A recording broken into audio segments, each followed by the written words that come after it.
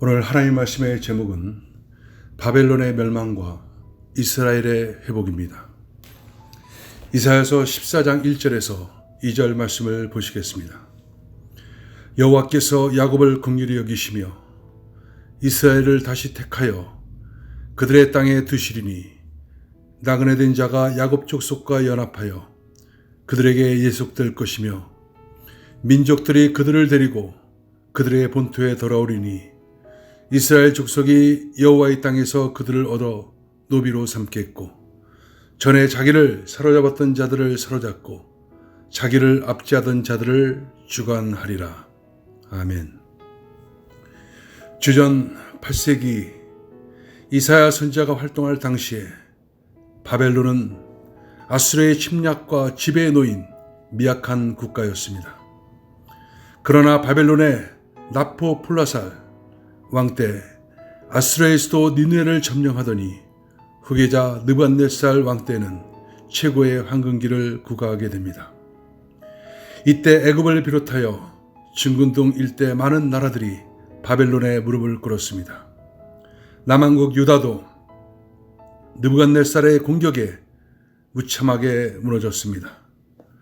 바벨론 왕은 무시무시한 권력의 소유자였고 그 앞에 굴복하지 않은 왕이 없었고 그에게 짓밟히지 않은 성읍이 없었습니다. 천하를 호령하며 세상 권세를 등에 업은 바벨론은 영원할 것 같았습니다. 그러나 1000만 년 갈 것 같은 신 바벨론의 권세는 100년도 안 가서 고레스 왕이 이끄는 메대와 바사 연합군에 의해서 멸망을 당하고 맙니다. BC 539년의 일입니다. 오늘날 이라크 바그다드의 서남쪽에서 발굴된 바벨론 성읍의 옛 유적트는 들짐승만이 어슬렁거릴 뿐입니다.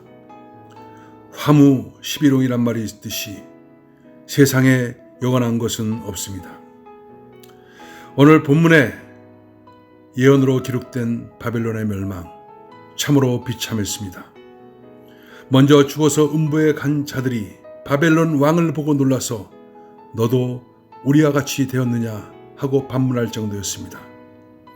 음부에 떨어져 구더기 아래 깔리고 지렁이 속에 파묻힌 그가 바벨론 왕인가 하며 놀랄 정도였습니다. 그토록 비참한 모습은 세상에서 호령할 때의 교만하고 위풍당당한 모습과는 완전히 딴판이었습니다. 이것은 세상 악인들의 최후 모습이 이와 같다는 것을 보여주고 있습니다. 바벨론의 멸망 이유는 세 가지가 있습니다. 첫째는 하나님의 백성들에게 폭했기 때문입니다. 둘째는 자신들이 섬기는 우상이 여호와를 이겼다고 여겼기 때문입니다. 셋째는 교만하여 자신을 하나님이라고 했기 때문입니다. 왕은 교만했습니다.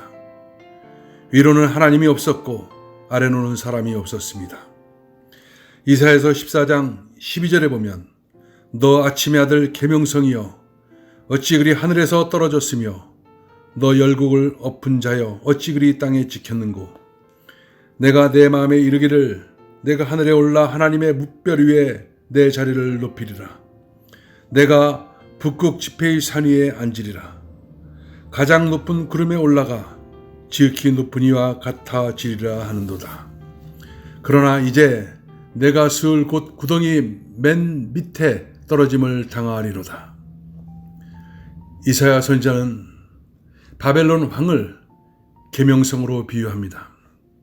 계명성은 당시 가나안 지역에서 널리 알려진 신의 이름으로 하나님의 권위에 도전하는 바벨론 왕을 말합니다. 그는 하나님의 뭇별 위에 나의 보좌를 높이리란 말을 하면서 자기를 다른 민족의 왕들 위에 세우고 더 나아가 하나님과 동일한 선상에 자기를 위치시키려 했습니다. 뿐만 아니라 그들은 북극 지폐의 산 위에 자정하리란 말을 통해 알 수 있듯이 여호와께서 자정에 계시는 증거의 산에 앉아 하나님과 같은 권위로 이 세상을 통치하려고 들었습니다. 바벨론의 죄악은 하나님과 동등됨을 여기는 교만입니다. 그런데 성경은 계명성을 사탄에 비유하고 있습니다. 사탄과 같은 속성을 가졌기 때문입니다. 사탄은 교만하고 하나님과 동등됨을 여기려 하다 쫓겨난 존재입니다. 그런데 놀라운 일이 있습니다. 바벨론은 이렇게 망했습니다. BC 539년 바로 그들은 메대와 바사의 연합군에 의해서 멸망을 당하게 됐습니다. 그런데 바벨론이 이렇게 망했지만 이 심판의 날이 이스라엘 백성들에게는 회복되는 구원의 날이 됩니다. 세상 악인들의 멸망은, 바벨론의 멸망은 바로 이스라엘에는 여호와의 국률이 드러나는 사건이 되는 것입니다. 오늘 본문 1절에 보면 여호와께서 야곱을 긍휼히 여기시며 이스라엘을 다시 택하여 그들을 땅에 두시리니 나그네 된 자가 야곱 족속과 연합하여 그들에게 예속될 것이며 민족들이 그들을 데리고 그들의 본토로 돌아오리니 이스라엘 족속이 여호와의 땅에서 그들을 얻어 노비로 삼겠고 전에 자기를 사로잡혔던 자들을 사로잡고 자기를 압제하던 자들을 주관하리라. 이스라엘의 영광스러운 회복을 말하고 있는 것입니다. 선지자 이사야는 바로 이스라엘이 바벨론에서 3차례나 크게 짓밟혔지만, 그래서 예루살렘이 함락됐지만, 바벨론에 많은 백성이 포로로 끌려갔지만 결국은 다시 돌아온다는 것을 예언하고 있습니다. 유다 백성들에 대한 이 모든 것은 바로 징계였습니다. 그러나 이 징계는 죄악을 깨닫게 하여 회개하게 함으로 하나님 앞에 바로 세우기 위함이었습니다.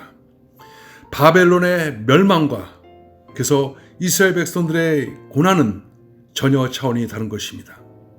결국 바벨론의 멸망과 함께 이스라엘 민족은 고토로 돌아와 회복의 역사를 이루게 되는 것입니다. 여러분, 바벨론의 멸망, 이스라엘 회복, 이것은 단순히 성경 역사로 끝나는 것이 아닙니다.